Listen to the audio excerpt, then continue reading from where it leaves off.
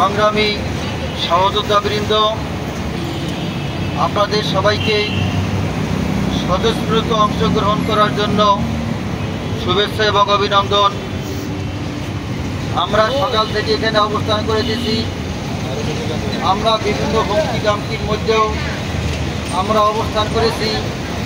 তানিম সেন্টারের কর্তৃপক্ষের হুমকি ধমকি, আমাদের ম্যানেজমেন্টের পক্ষ থেকে সিকিউরিটি গার্ডের হুমকি ধমকি, তারপরে লিগ্যাল এক ভদ্রলোকের হুমকি ধমকি, সকলের হুমকি উপেক্ষা করেও আমরা এখানে আছি, আমরা এখানে থাকব।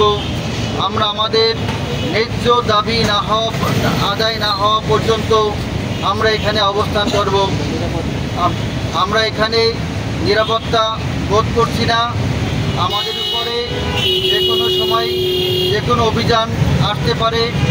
আমাদের ম্যানেজমেন্টের পক্ষ থেকে থানায় জিডি করা হয়েছে। ওখানে যা কিছু উল্লেখ করা হয়েছে সেগুলি সার্বভৌম মিথ্যা। আমাদের নামে ওখানে যা কিছু বলা হয়েছে সব কিছু মিথ্যা। অথচ এরাই মিথ্যা অভিযোগ দিয়ে আমাদেরকে চাকরিচ্যুত করেছে। সারাদিনে আমাদের এরা কোনো খোঁজখবর নেয় নাই। অথচ এরা যে কথায় কথায় শীর্ষস্থানীয় কোম্পানি দাবি করে।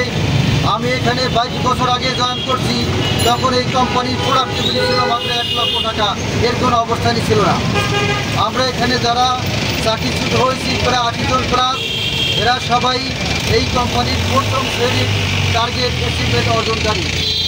আমরা এই কোম্পানির অবস্থানকে মজবুত করার জন্য আমরা আমাদের জীবন দিয়ে জৈবন দিয়ে সংগ্রাম করেছি।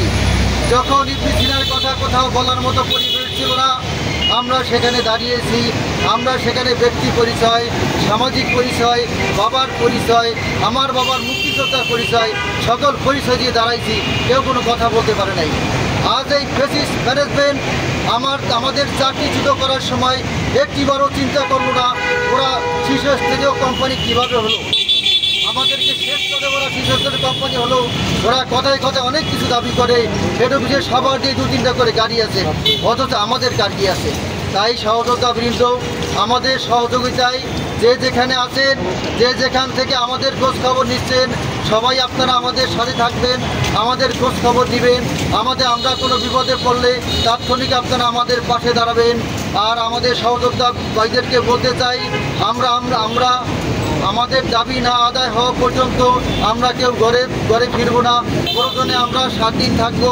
আমরা 3 রাত 24 ঘন্টায় আমরা এই প্রেসিডেন্ট হেড অফিসের সামনে অবস্থান করব। প্রয়োজনে আমরা লাশ হয়ে ফিরবো, তবু আমরা আমাদের দাবি আদায়ে এক চুলো পরিমাণ পিছপা হব না।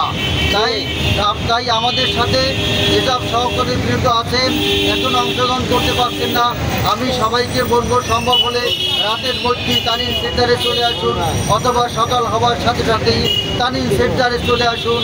আমার চাকরি আমার অধিকার, আমার চাকরি আমাকে ফিরিয়ে দিতে হবে। এবারের সংগ্রাম চাকরি ফিরে পাবার সংগ্রাম। এই সংগ্রামে সবাইকে অংশগ্রহণ করার জন্য উদাত্ত আহ্বান জানিয়ে আমি আমার বক্তব্য শেষ করছি। আসসালামু আলাইকুম ওয়া রাহমাতুল্লাহ।